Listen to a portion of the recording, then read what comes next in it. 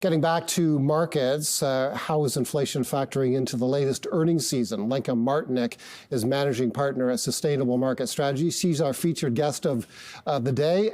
Don't forget that she will take your questions on industrials, utilities, and renewable investing strategies in about 15 minutes' time. Lenka, everything in the U.S. landscape appears to have changed because of the horrifying event on Saturday, the attempt on the life of candidate Donald Trump, and the market is clearly pricing in now a greater probability of a Trump presidency post-2024 election, beginning in early 2025. What are some of the broader market implications of a second Trump presidency?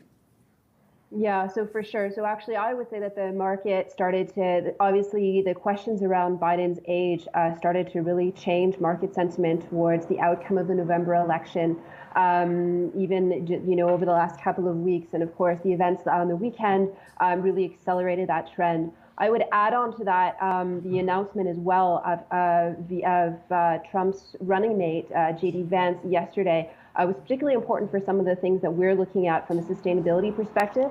But let's start first with the broad picture. Obviously, the consensus view is that a Republican government would mean lower taxes, more tariffs on Chinese and other imported goods, and looser regulation. So we're really seeing that in market performance in the last little while. Obviously, small caps have had a nice little rally. This is very consistent. Basically, Republican government's tax policies tend to be favorable for small companies, and add on as well that small caps tend to be more domestically focused.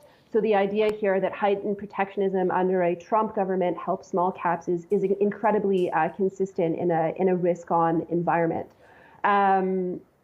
So yeah, I think from an overall perspective, we're in a bit of a risk-on taking mode with the view that we will have lower taxes coming from the U.S., looser regulation, and I can talk about that from a sustainability perspective.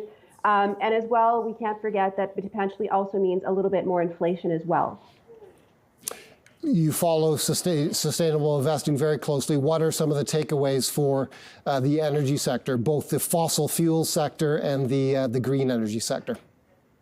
For sure. So I mentioned that J.D. Vance is going to be the running mate for Trump, and this is to us particularly important news because we know that Vance is actually a climate change denier and is definitely a fan of the U.S. oil industry. And so the knee-jerk reaction is to think that this is necessarily going to be harmful or poor for the renewable energy sector. So pro-oil, pro-fossil fuel, and negative to renewables.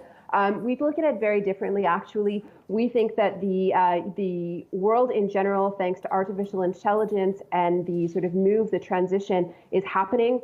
And as a result, it's really not a question about renewable versus fossil fuel. It's more about independent, nationally sourced energy versus reliance on overseas energy or really overseas products in general. And so we actually think that the energy environment today is incredibly bullish, whether it's renewable or fossil fuel, more so because the protectionist nature of Trump and the Republican government suggests that we're going to be just producing more things on home soil. And this fits very squarely in the space of renewable energy as well. In some notes that you prepared, you believe that electric vehicle subsidies could be reduced or even eliminated under a new Trump presidency, correct?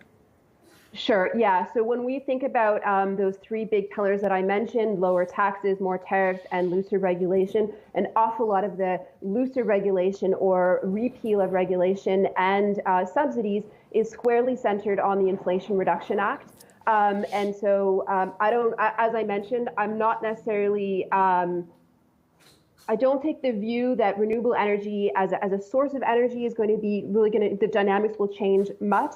However, it's very clear that being a fan of the fossil fuel industry, the electric vehicle subsidies are probably very high on the list of things that will be repealed in line with this idea of the Republican view of removing some of the industrial policy that was put in place during the Biden administration.